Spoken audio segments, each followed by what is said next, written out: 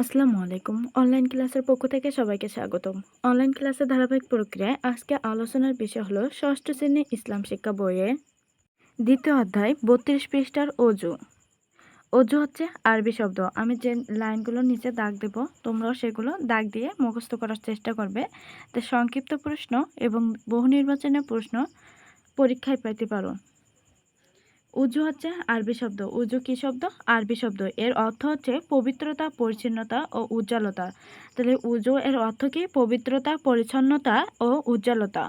ইসলামী শরিয়াতের পরিভাষায় পবিত্রতা অর্জনের জন্য শরিয়াতের নিয়ম অনুযায়ী মুখমণ্ডল, 2 কান, 2 পা ধৌত করা এবং মাথাসহ মাসাহ করা নাম হচ্ছে উজু। তাহলে উজু কি? ইসলামী শরিয়াতের পরিভাষায় এখান থেকে এটুকু লিখে দেবে। ইসলামী শরিয়াতের পরিভাষায় পবিত্রতা অর্জনের জন্য শরিয়াতের নিয়ম অনুযায়ী মুখমণ্ডল, 2 হাত কনুসহ 2 পা টাকনুসহ ধৌত করা এবং মাথা মাসাহ করা নামই হচ্ছে উজু। এই 4টি কাজ হচ্ছে উজুর ফরজ। তাহলে উজুর ফরজ কয়টি? 4টি। কি কি?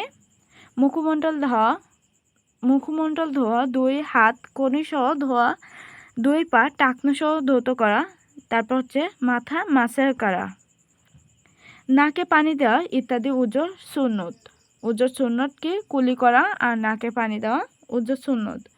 উজুর গুরুত্ব: উজু ব্যতীত সালাত আদায় করা, কাফাঘরে তাপ সহ বেশ কিছু ইবাদত করা যায় না। ভালোভাবে উজু করলে মন প্রফুল্ল থাকে। তাহলে ভালোভাবে উজু করলে কি হয়? মন প্রফুল্ল থাকে। শরীরের অঙ্গ প্রত্যঙ্গ সতেজ থাকে। ইবাদতের আগ্রতা আসে। উজুর ফজিলত সম্পর্কে মহানবী সাল্লাল্লাহু আলাইহি ওয়াসাল্লাম বলেন, আমি কিয়ামতের দিন আমার উম্মতকে চিনতে পারবো।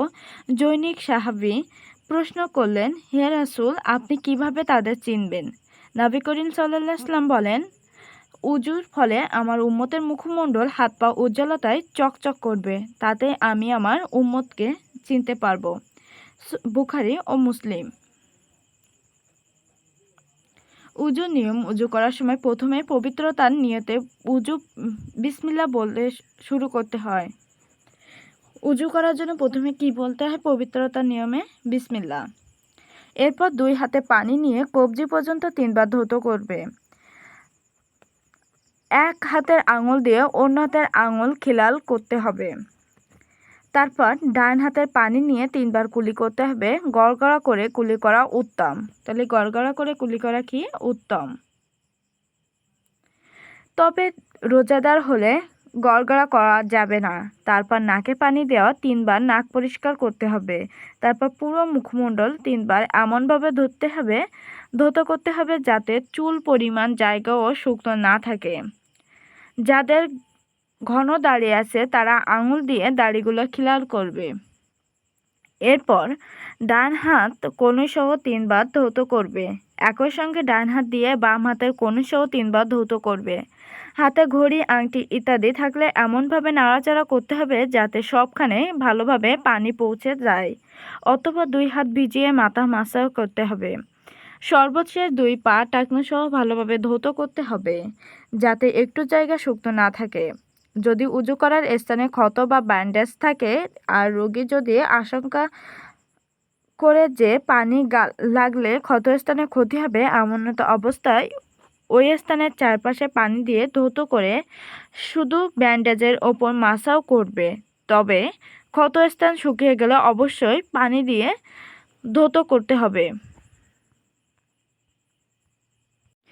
উজুর কাজগুলো পরপর করে যেতে হবে, অর্থাৎ এক অঙ্গের পর অন্য অঙ্গের সঙ্গে সঙ্গে ধৌত করতে হবে। অনেকক্ষণ থেমে থেমে করা যাবে না। উজুর ফরজ 4টি। উজুর ফরজ কয়টি? 4টি। 4টির মধ্যে একটি বাদ পড়লে উজু হবে না। উজুর ফরজগুলো হলো: সমস্ত মুখমণ্ডল একবার ধৌত করা, 2 উভয় কনুই সহ একবার ধৌত করা, 3 মাথার 4 ভাগের 1 ভাগ মাসাজ করা, 4 উভয় পায়ে টাকনিসহ একবার ধৌত করা, তবে মুখমণ্ডল এবং উভয় হাত পা আবার ধৌত করা সুন্নত। উজু ভাঙার কারণ: যেসব কারণে উজু ভঙ্গ হয় তা নিম্নরূপ: প্রস্রাব বা পায়খানার রাস্তা দিয়ে কোনো কিছু বের হলে, শরীরের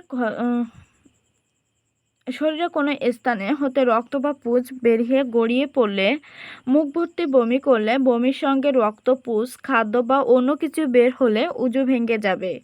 থুতুর সঙ্গে বেশি পরিমাণ রক্ত বের হলে, শুয়ে অথবা হেলান দিয়ে ঘুমালে, নেশাগ্রস্ত হলে, বেহুশ হলে, নামাজের অট্টহাসি দিলে, এগুলো উজু ভাঙার কারণগুলো এবং উজুর ফরজগুলো মুখস্থ করবে। অনুশীলন: শিক্ষকের সহায়তার নিয়ম মেনে উজু করা অনুশীলন করো। অনুশীলন অর্থ চর্চা করতে হবে শিক্ষকের সহায়তা নিয়ে। গোসল: গোসল অর্থ ধৌত করা। গোসল অর্থ কি? ধৌত করা। ইসলামী শরীয়তের পরিভাষায় গোসল বলতে পবিত্রতা অর্জনের উদ্দেশ্যে পবিত্র পানি দ্বারা পুরো শরীর ধৌত করাকে বোঝায়। তাহলে গোসল কাকে বলে? ইসলামী শরীয়তের পরিভাষায় গোসল করতে পবিত্রতা অর্জনের উদ্দেশ্যে পবিত্র পানি দ্বারা পুরো শরীর ধৌত করাকে বোঝায়। গোসলের নিয়ম: শুরুতে বিসমিল্লাহ বলে ডান হাতে পানি নিয়ে উভয় হাত কবজি পর্যন্ত ভালোভাবে ধৌত করতে হবে। তারপর শরীরের কোনো স্থানে অপবিত্র কিছু লেগে থাকলে তাতে পানি ঢেলে এবং প্রয়োজনে হালাল সাবান মেখে পরিষ্কার করতে হবে। এরপর ভালোভাবে উজু করতে হবে। মনে রাখতে হবে, কুলি করার সময় পানি কণ্ঠদেশে প্রবেশ করে, অর্থাৎ গড়গড়ার সাথে কুলি করতে হবে। আর নাক পরিষ্কার করার সময় যেন ভিতরে ভালোভাবে পানি প্রবেশ করে। উজুর পর মাথায় এমনভাবে পানি ঢালতে হবে যেন চুলের গোড়া পর্যন্ত পৌঁছে যায়। এরপর ডান কাঁধে, তারপর বাম কাঁধে পানি ঢেলে পুরো শরীর ভালোভাবে ধৌত করতে হবে যেন শরীরের কোনো অংশ শুকনো না থাকে। নাভি, বগল, দেহের অন্যান্য ভাঁজের পানি পৌঁছে সতর্কতার সঙ্গে ধৌত করতে হবে। সর্বশেষ পা ধৌত করতে হবে। গোসলের ফরজ 3টি। গোসলের ফরজ কয়টি? 3টি। গড়গড়া করে কুলি করা, নাকের ভিতর পানি পৌঁছানো, সমস্ত শরীর পানি দিয়ে ধোয়া। তায়াম্মুম: তায়াম্মুম অর্থ হচ্ছে ইচ্ছা করা। তায়াম্মুম অর্থ কি? ইচ্ছা করা। ইসলামী শরীয়তের পরিভাষায় তায়াম্মুম বলতে পবিত্র মাটি বা মাটি জাতীয় পবিত্র বস্তু যেমন পাথর, চুনাপাথর, বালি ইত্যাদি দ্বারা পবিত্র হওয়ার নিয়তে মুখমণ্ডল উভয় হাতে কনুসহ মাসা করাকে বোঝায়। তায়াম্মুম কি? ইসলামী শরীয়তের পরিভাষায় তায়াম্মুম বলতে পবিত্র মাটি বা মাটি জাতীয় পবিত্র বস্তু যেমন পাথর, চুনাপাথর, বালি ইত্যাদি দ্বারা পবিত্র হওয়ার নিয়তে মুখমণ্ডল ও উভয় হাত কনুসহ মাসা করাকে বোঝায়। পবিত্রতা অর্জনের প্রকৃত মাধ্যম হলো পানি। পবিত্রতা অর্জনের প্রকৃত মাধ্যম কোনটি? পানি। তবে পানি পাওয়া না গেলে অথবা পাওয়া গেলেও পানি ব্যবহারে রোগ বৃদ্ধি, প্রাণাশয়ের আশঙ্কা থাকলে উজু, গোসল উভয়ের পরিবর্তে তায়াম্মুম করা যায়। এই প্রসঙ্গে আল্লাহ তাআলা বলেন, আর তোমরা যদি পানি না পাও তবে পবিত্র মাটি দ্বারা তায়াম্মুম করবে এবং তোমরা তোমাদের মুখমণ্ডল, হাত মাসাহ করবে। সূরা আল-মাইদা আয়াত 6। তায়াম্মুম করার নিয়ম: প্রথমে তায়াম্মুম নিয়ত করে বিসমিল্লাহির রহমানির রহিম পড়বে। তারপর দুই হাতে তালু একটু করে প্রসারিত করে পবিত্র মাটি বা মাটি জাতীয় পবিত্র বস্তু যেমন পাথর, চুনাপাথর, বালি ইত্যাদি দুই হাতে লাগিয়ে সমস্ত মুখমণ্ডলে একবার মাসাহ করবে। পুনরায় দুই হাত মাটিতে লাগিয়ে উভয় হাত কনুসহ মাসাহ করবে। হাতের ঘড়ি অথবা অন্য কিছু জিনিস থাকলে তা সরিয়ে নিচেও মাসাহ করতে হবে। তায়াম্মুমের ফরজ হচ্ছে 3টি। তায়াম্মুমের ফরজ কয়টি? 3টি। গোসলের ফরজ হচ্ছে 3টি আর উজুর ফরজ 4টি।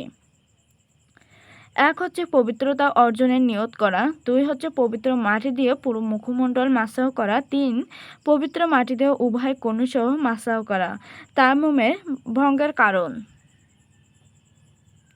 যেসব কারণে তায়াম্মুম ভঙ্গ হয় তা হলো,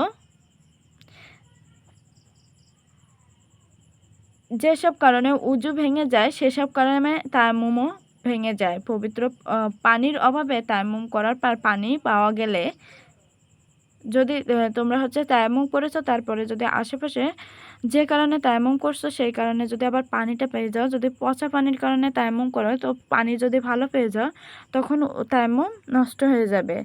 তারপরে দেখা গেল যে কোথাও পানি নেই, তার জন্য তায়াম্মুম করেছো, তো পানি পেলে আবার সেই তায়াম্মুম নষ্ট হয়ে যাবে বা ভঙ্গ হয়ে যাবে।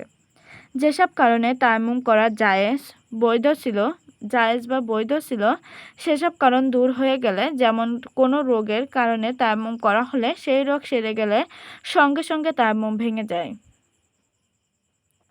অনুশীলন: শিক্ষকের সহায়তায় তায়াম্মুম করার পদ্ধতি অনুশীলন করো।